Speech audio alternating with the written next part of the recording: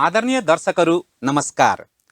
कार्यक्रम संवादको आजको एपिसोडमा यहाँलाई हार्दिक स्वागत छ। हरेक बिहिबार 8 बजे प्रसारण हुने कार्यक्रम संवादको आजको एपिसोडमा हामी एकजना महत्त्वपूर्ण व्यक्तिसँग संवाद गर्दैछौँ। किसानहरू सिर्जना र निर्माणका पर्याय हुन्। मेहनत र परिश्रमको अर्को नाम हो किसान। इमानदारीता र विश्वासका प्रतिमूर्ति हुन् किसान। किसानहरू सोझा, सिधा र निष्कपट हुन्छन्, तर तिनै किसानहरू सधैँ दबाइन्छन्। इतिहासदेखि वर्तमानसम्म किसानहरू सधैँ पछाडि पारिएका छन् र परेका छन्। किसानहरू सधैँ शासित छन् र शोषित छन्। नेपालमा मात्र होइन, संसारभर नै यस्तै समस्या कायम छ। किसान विद्रोहको जगमा विश्वभर ठुल्ठुला क्रान्ति, रिभोल्युसन र परिवर्तनहरू भएका छन्। किसान एकता जिन्दाबाद, इन्कलाब जिन्दाबादका नारा लगाउँदै कयौं लडाईँ र सङ्घर्षहरू सम्पन्न भए, तर पनि किसानहरूको पूर्ण मुक्ति अझै भएको छैन। सङ्घर्ष अझै रोकिएको छैन। खाद्य सम्प्रभुता, कृषि उत्पादनका न्यूनतम बजार मूल्य कायम हुन सकेको छैन र त्यसको संरक्षण र भण्डारणको व्यवस्थाका लागि अझै पनि किसानहरू सङ्घर्षरत नै छन्।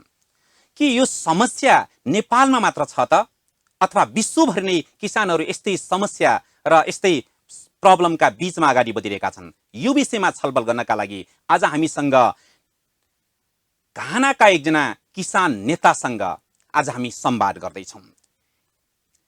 सोशलिस्ट मुभमेन्ट अफ घानाका एकजना संयोजक अभियन्ता क्युच्यु ओपोकुसँग आज हामी संवाद गर्दैछौँ। उहाँ घानाबाट नेपालको एउटा कार्यक्रममा आउनुभएको छ। उहाँसँग यही मौकामा विशेष संवादका लागि आज हामी यहाँ उपस्थित भएका छौँ। आउनुहोस् दर्शकबिन, कार्यक्रम संवादका आजका मेरा अतिथि क्युच्यु ओपोकुलाई स्वागत गरौँ। नमस्ते। First of all, I would like to welcome you in this program. This is a program specially to discuss on politics and in educational activities, in the same way the social activities and different phenomenon of society we will discuss here in this program. This is in Nepali Sambad, we see. Okay, let us start with your introduction first. Please, could you introduce yourself? Okay, thank you very much. My name is Chichi Upuku. I'm a Ghanaian. I live in Ghana. I'm with the Socialist Movement of Ghana. I'm actually in Nepal now to attend a 3-week training program, which is organized by the International Association for Popular Cooperation, which is also known as Baobab, the Great African Tree. Yeah, it's our pleasure to get you here to introduce yourself and as well as to make a special conversation about the situation of farmers and the farmers movement in Ghana, and what are the similarities and dissimilarities between the situation of farmers and condition of farmers working here in Nepal and as well as in Ghana also. So please, how did you find Bhaktapur here? Because you are here now in Bhaktapur. Bhaktapur is an ancient city also, historical city also. How did you find Bhaktapur first? Well, let me say how great a pleasure it is for me, how much of an honor it is to be here and to visit with you. It's a lovely country and incredibly beautiful and warm people. And we've all felt very, very welcome here. Okay. Over the how last few long days. will you stay here in Bhaktapur? We've been here since Monday.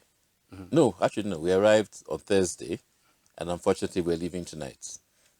Okay, I think The you program are, continues, Please. but we will leave. Well, and then I think you are the convener of socialist movement of Ghana as well. That's correct. Yeah, please. Could you tell me some of the objectives of socialist movement of Ghana?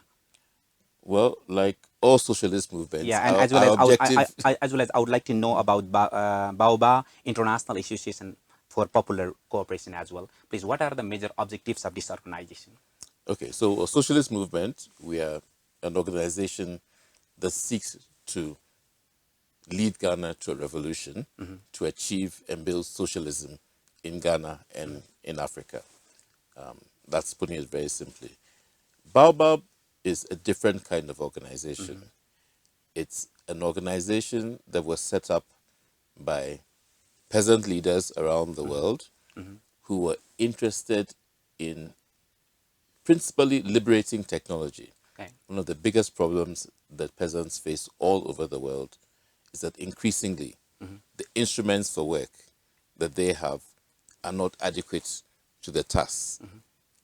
And the development of technology has been monopolized by the big companies Yes.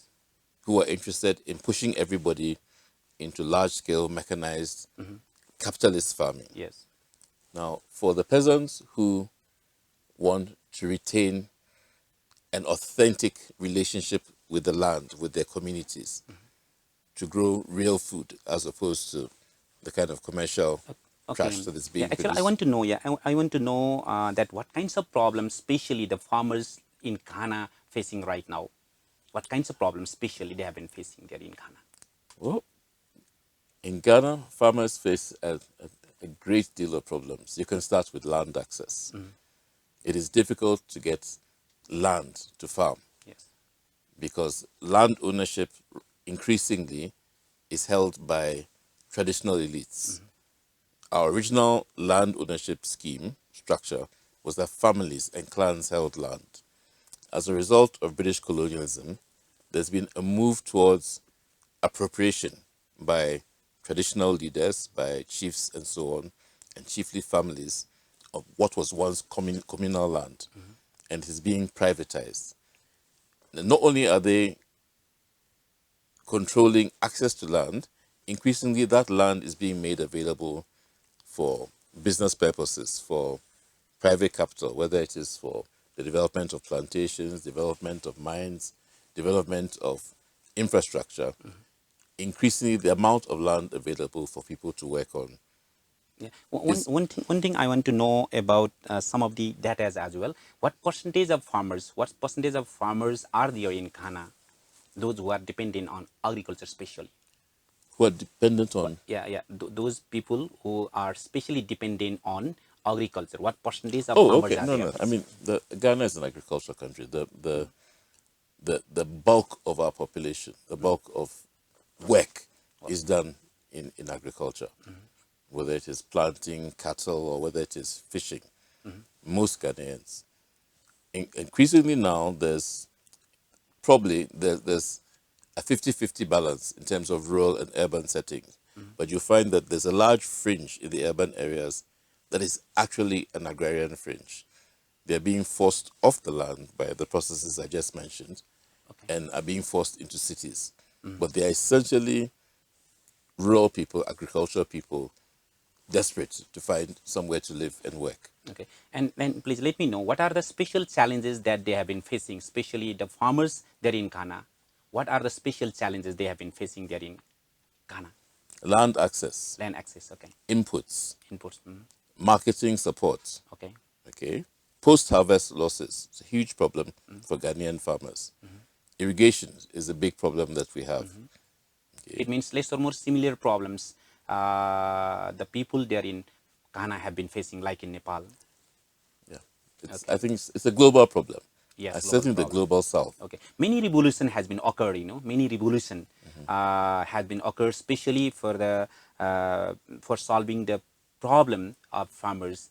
And then let me know what kinds of revolution has been occurred there in Ghana to uplift the situation of farmers, especially over there. You know, I would be lying if I said that there's been a revolution in Ghana that has addressed the needs of rural people. Our first independence government in 1957 Yeah. had a popular approach to politics. It was based on the mobilization of ordinary people, including the peasants, the vast majority of people who are peasants. Its approach, however, to managing the countryside, and it tried to build cooperatives and so on, tied to state farms and, you know, state management of the marketing of a lot of things like cocoa. At the time, we were the largest producer of cocoa in the world. And a lot of that wealth was used to build up the state. So we had marketing boards that controlled prices to the farmers and ensured that there was a surplus going into the national states. Not enough of those resources that the farming community contributed to the nation went back into the rural areas. So that was even with our most progressive government ever. That government, the government of Dr. Kwame Nkrumah, was overthrown in 1966 in a coup orchestrated by the United States, Britain, Germany, and some treacherous soldiers in Ghana. Since then, there's been a shift and an effort to integrate Ghana more and more into the capitalist global political economy. In that process, farming communities have suffered. They've Okay. remained at the bottom. Well, then actually here in case of Nepal as well, Nepal has been facing many more problems because of India and as well as the imperialism policy of United States as well. The similar type of problem you have been facing here in Ghana as well. Yes, very much so. We don't have, I mean, we don't have anything comparable to India, a huge country right on our border. Okay. But all of West Africa, all of Africa was colonized. Well, The biggest economy in West Africa is Nigeria, which is 2 countries away from us. But we have very close relationships with them. We don't have the kind of colonial problem that I've begun to understand in the last few days. Okay. But we do have, our economy is still dominated by the West. well, By the West, by the UK, by the United States, increasingly by the United States, by the EU, and to a certain extent, Japan and the Southeast Asian countries. Okay, so there is a problem in which overall economic policy is managed to further the interests of the big capitalist countries, but we don't have an immediate dominant neighbor. No. okay. But yeah, especially here in Nepal, the political parties always used to stand slogans against the encroachment of border encroachment of India as well. And so I want to know that please, is there this kinds of problem there in Ghana as well? Because the neighboring countries used to encroach the territory of Ghana. Such kinds of problems you have been facing there in Ghana as well? No, we don't actually have that problem. We had a few years ago, maybe 10 years ago now, we had a maritime boundary problem related to discoveries of oil and gas with our neighbor, La Côte d'Ivoire. It was very maturely handled between the 2 governments, and we jointly went to the arbitration, and it was settled. Okay, I want to know about the political system. What kinds of political system is there right now in Ghana? Right now, we have a presidential system. Okay, So we have a president who's elected by a majority of the population, 50% plus 1. And then we have a parliament, 200, and I don't know how many, it keeps changing, it keeps growing, 260 parliamentarians elected from different constituencies. So they have geographical constituencies spread around the country. okay. Each constituency elects 1 member of parliament to go to the That National means you Assembly. have Republican system there in. We do have, yes, we are a republic, sorry. Yeah. Okay. When Ghana was free from colonization, 1957. 1957, and then one thing I want to know that after the revolution, after the revolution of Ghana, then of course the economic standard has been changed and raised. What is the situation of economy right now there in Ghana? Ooh, Ghana is in a fairly deep economic crisis right now. We are actually at the IMF right now. We've signed an agreement with them for a $3 billion facility, 600 million of which they've disbursed. Debt to GDP ratio is set to hit 103% by the end of this year. The government owes salaries. The government cannot keep institutions running. There's a general failure. In the time that I've been here, Accra, the capital, has suffered massive blackouts because, again, the government owes money to gas transportation companies, the pipeline company that moves gas from one part of the country to the other. They shut down the facility. because of It means unpaid bills. still now you have been facing many more problems, Oh, especially. Okay, lots it's of okay. social Now, please, problems. I want to talk about again your Bao Bao, that you have been organizing Yeah. training here. Actually, what are the objectives of this training, and what are the outputs you have been expecting from this training, please? Right Okay. now, the training going on there in Bhaktapur and EA. So, what are the special objectives of this training, and then what are the expected outputs from this training? Okay. What Baobab is about is facilitating exchange, direct exchange Well, amongst peasant okay. organizations, peasant communities in the global south. So within countries, and between continents, Well, Africa, Asia, Latin America. We focus, as I said earlier, on technology, well, on recovering technologies, indigenous technologies related to seeds, related to agroecology, etc., that people have developed over thousands of years. well, We want to recapture those. We want then to develop them in a healthy way, a way that ensures community sovereignty and development. yes, One of the areas that we focus on is the whole question of bioinputs as a response to the problems of chemical fertilizers, chemical pesticides, etc., that have plagued the third world. when the I have seen a banner that Bio Inputs International School. Yeah, That's right. this organization has been conducting this training. I think Yes. I have seen that more than 30 participants are there. Those who belongs to different nationalities, they are present there. So that is only for the sharing and caring program only, or some more other objectives you have from that training. No, we are training. This particular school covers Africa and Asia. Well, So we have participants from both continents. These are farmers leaders in their own rights in their country. They're leaders of farmers movements. The idea is that they pick up skills and orientation from here, and they're able to take it back and to help their members replicate these skills, replicate the processes that gives them a certain amount of freedom from big capitalist countries, capitalist companies' control. Okay, so our program is structured so that the first part we do a more sociological discussion about the problems of class, about the problems of capital, and the history of these problems, such that the farmers' orientation is improved, their ability to control is improved. And then we also focus on the technical, practical, scientific issues of developing bioinputs. What kinds of bioinputs do you use in different situations?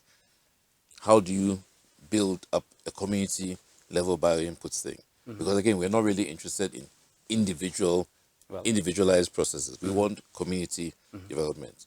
We want to build that culture and that strength within the global south. So that's what the school is about. It's a 3-week program.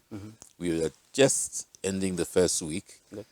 which has done more on the sociological issues. One thing I want to know that actually, the different countries have their own traditional technologies as well. Then you focus on the sharing of technology that they have been using from since last many years.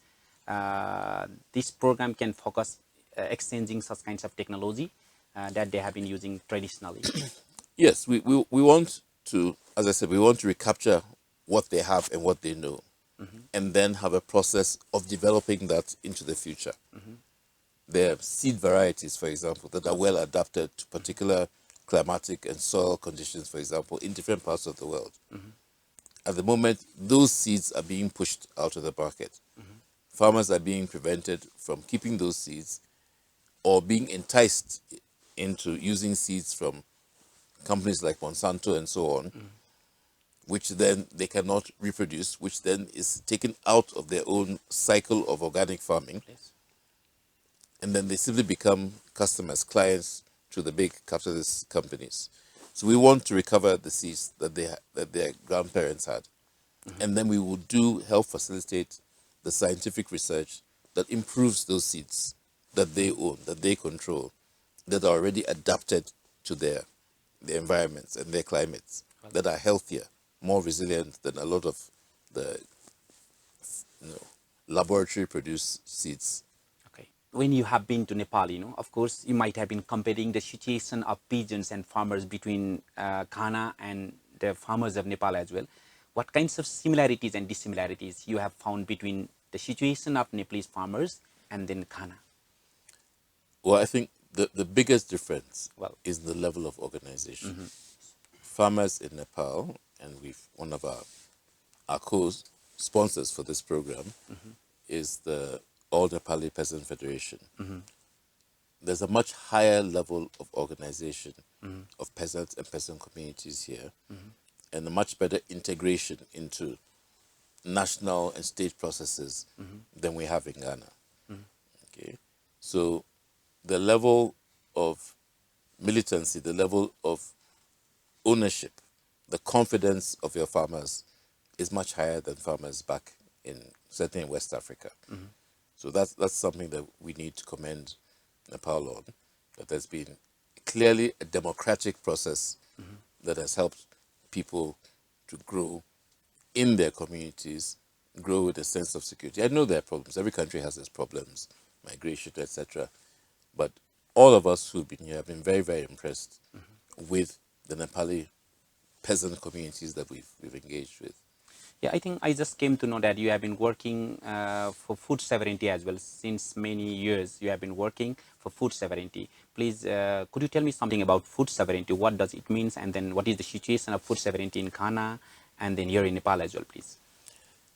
Well, the concept of food sovereignty is that communities, peasant communities, should control the production, the distribution, the consumption of food. This should not be something that is controlled from Washington or from London or from Japan.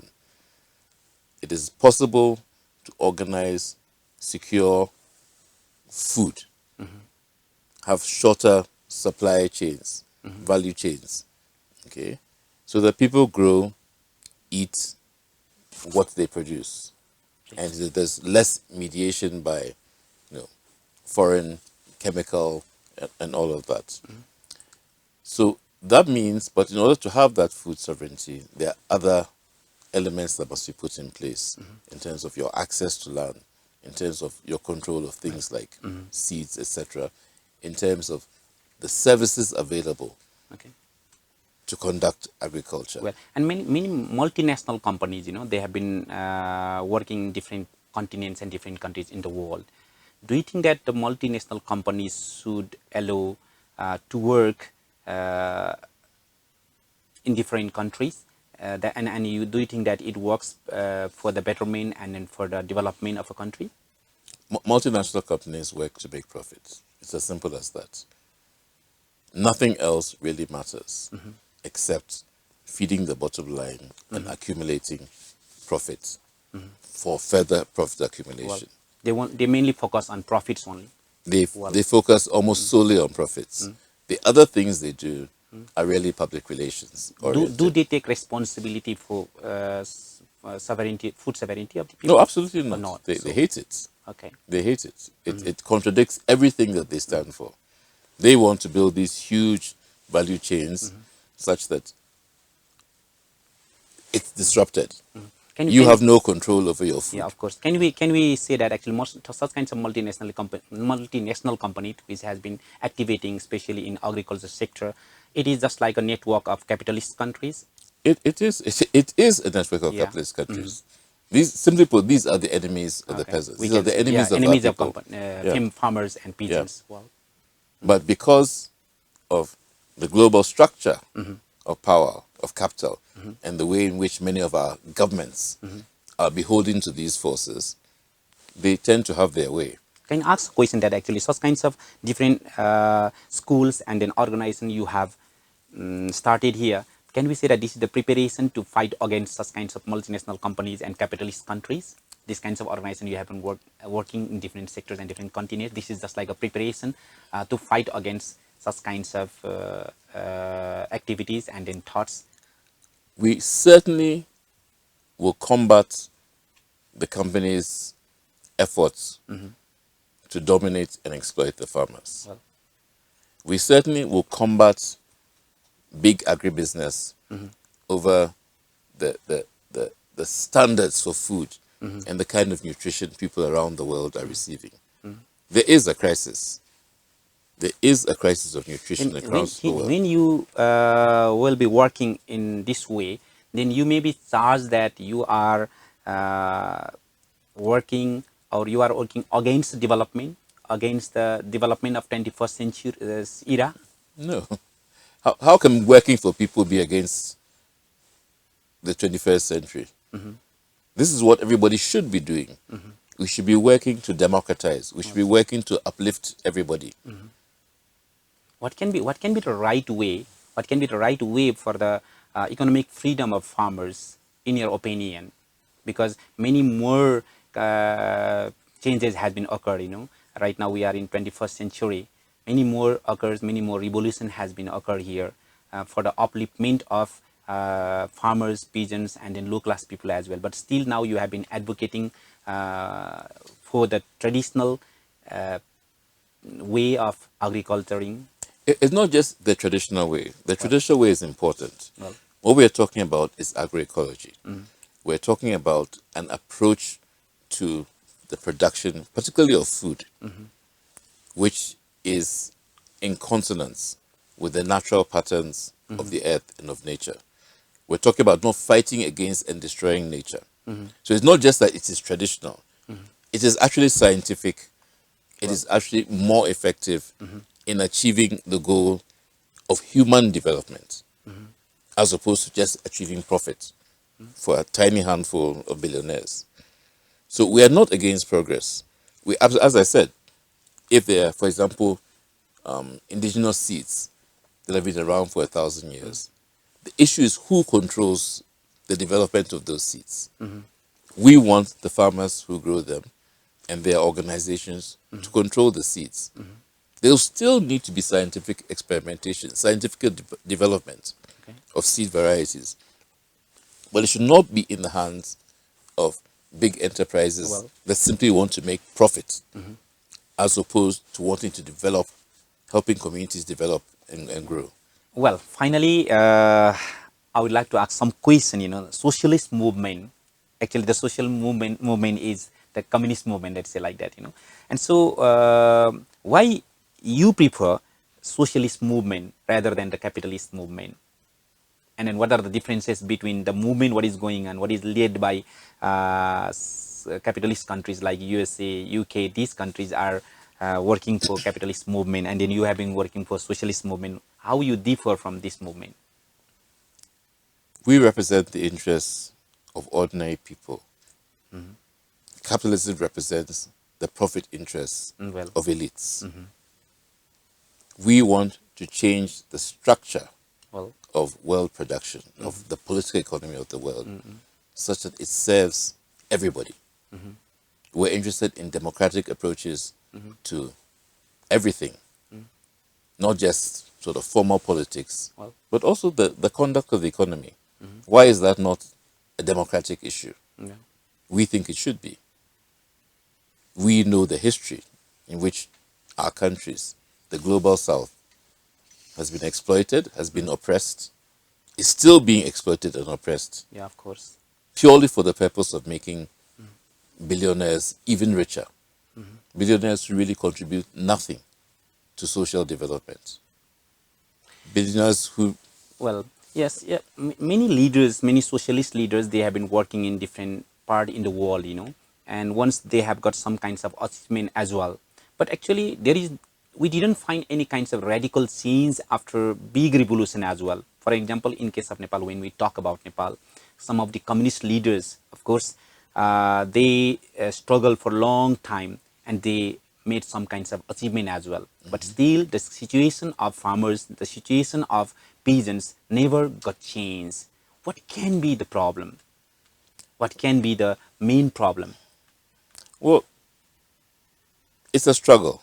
Well, nowhere is it an easy struggle because the forces of imperialism, the forces of capitalism are strong.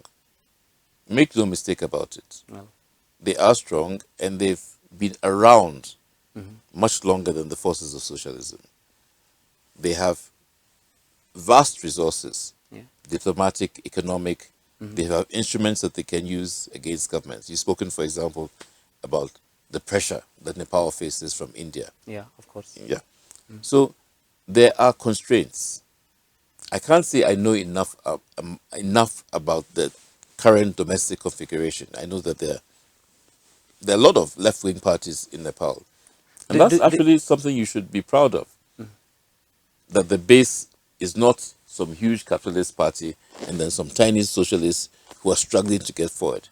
You actually now, the socialist movement in Nepal, the broad socialist movement, communists, socialists, Well, peasants and farmers and so on, actually at this moment represents the society. don't you think that the socialist movement worldwide, it has been weaker day by day? It is being weaker day by day.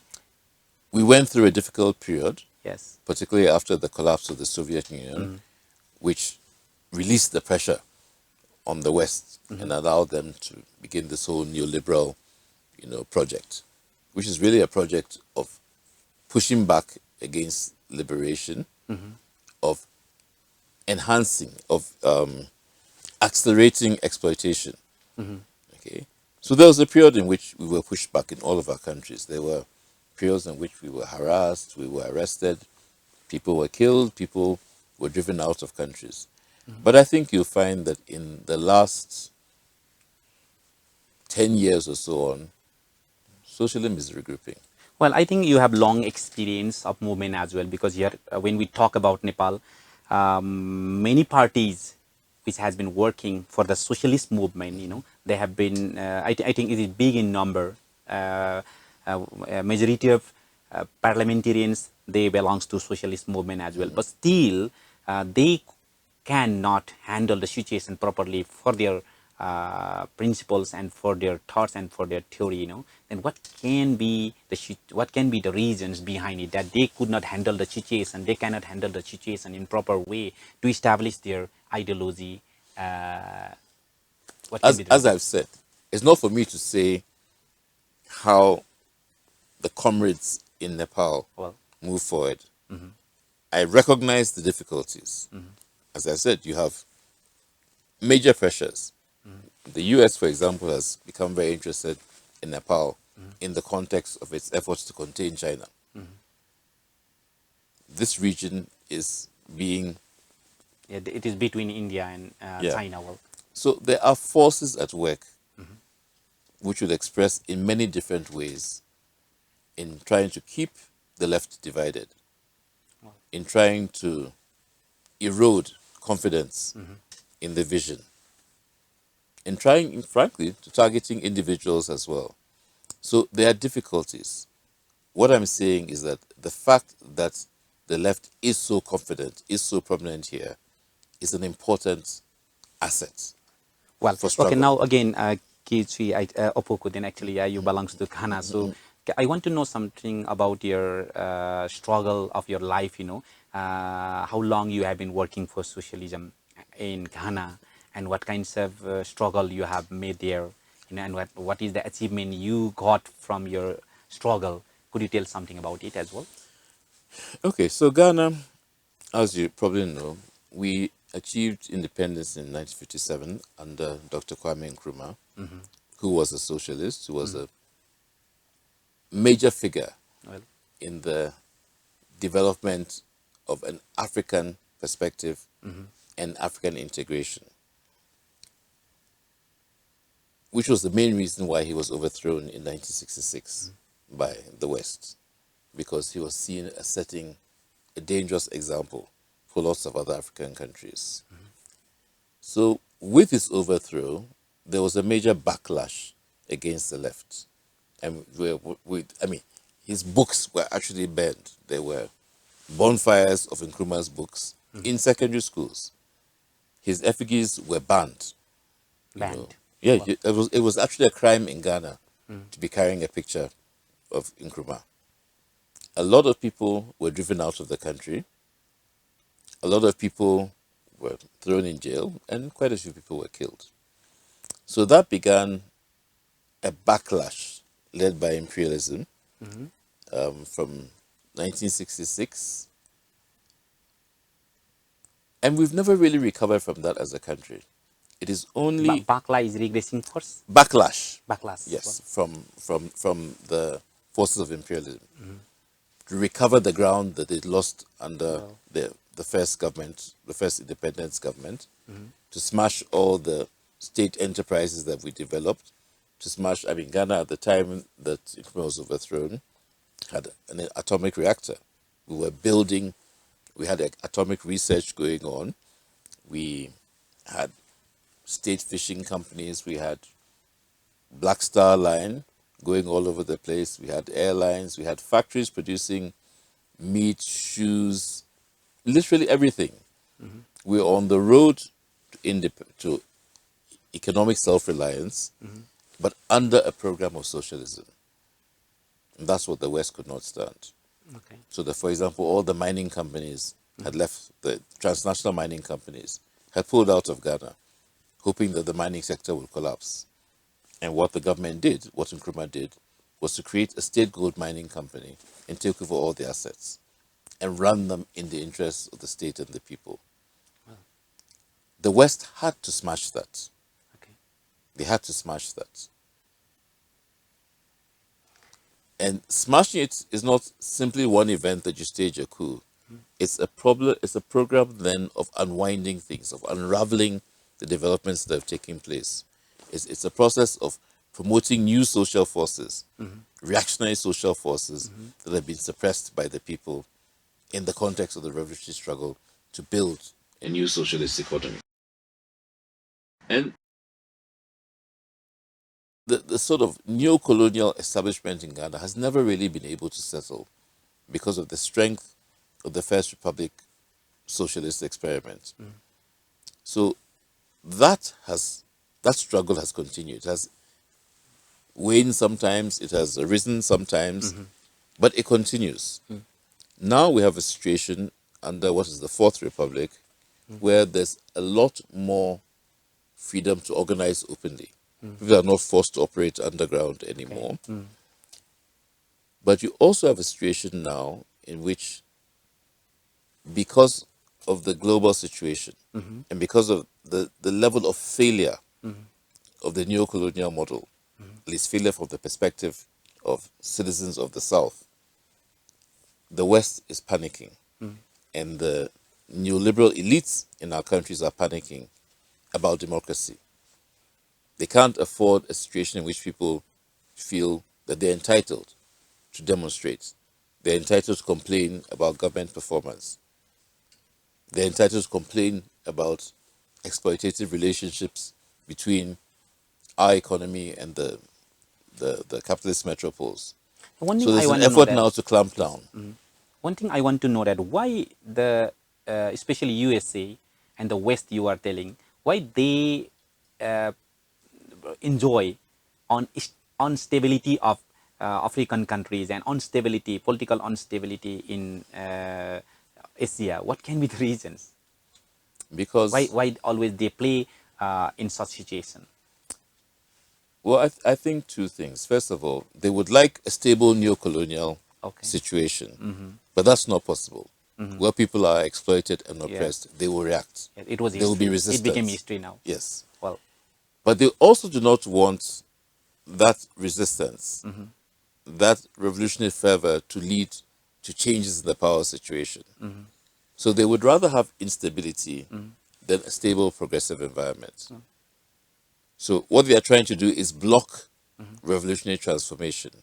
And if the cost of that is instability, they're happier with that than the alternative. so they will be trying always to make puppet government, puppet leader. Yes, yeah. Oh, well, the same situation is going on there in Ghana. All across, certainly across West Africa. Well, I mean, if you, in the last 2 years, there have been how many? Niger has gotten rid of its neo-colonial government. Mali, there's been a coup there as well. Guinea, Burkina Faso. okay. Okay, literally all the bastions of French neo-colonialism in West Africa are rejecting the French. Okay. The French have been forced to pull out at the level of their ambassadors, at the level of their military troops. Can I conclude that political instability is a major problem there in Ghana as well? Ghana, no, not yet. Ghana has remained stable, Okay, well, relatively you are stable. talking about Africa only especially. Well, yes. I mean, it's everywhere. The pressure is there. Ghana has perhaps older, more structured institutions. So we're not quite, it's harder to shake the Ghanaian system. But the pressure is there. Pressure is there, but still there is stable government. Well, There is stable for the time being. But the demo- problem is if the democratic institutions are allowed to work, well, if they are allowed to function the way they are on paper, the right wing will lose power. okay. So the instability is not coming from the left, from the popular forces. Okay, finally, as being you a leader of socialist movement, what can be your suggestion for the comrades and communists of Nepal? Keep on fighting. Victory is certain. Okay, victory is certain. Victory is certain. Well, thank you very much for your special time Okay. here for Everest Television. It's a great pleasure. आदरणीय दर्शकहरू, हामीले आज एउटा फरक प्रसङ्गमा एकजना फरक व्यक्तित्वसँग संवाद गर्यौं। घानाका सोशलिस्ट मुभमेन्टका एकजना लिडर संयोजकसँग आज हामीले विश्वको समाजवादी मुभमेन्टका बारेमा कुराकानी गर्यौं। साथसाथै विश्वमा पश्चिमाहरूले पारेका प्रभावका बारेमा र नेपाली किसानहरूको समस्या र घानामा काम गर्ने किसानहरूको समस्याका समानताहरू, असमानताहरू, राम्रा पक्षका बारेमा कुराकानी गर्यौं। उहाँ भन्दै हुनुहुन्थ्यो, विजय निश्चित हुन्छ, हामी आशावादी हुनुपर्छ। यही महत्त्वपूर्ण सन्देशका साथ आज हामी संवादलाई अन्त गर्दैछौं। हस्त दर्शकवृन्द, नमस्कार।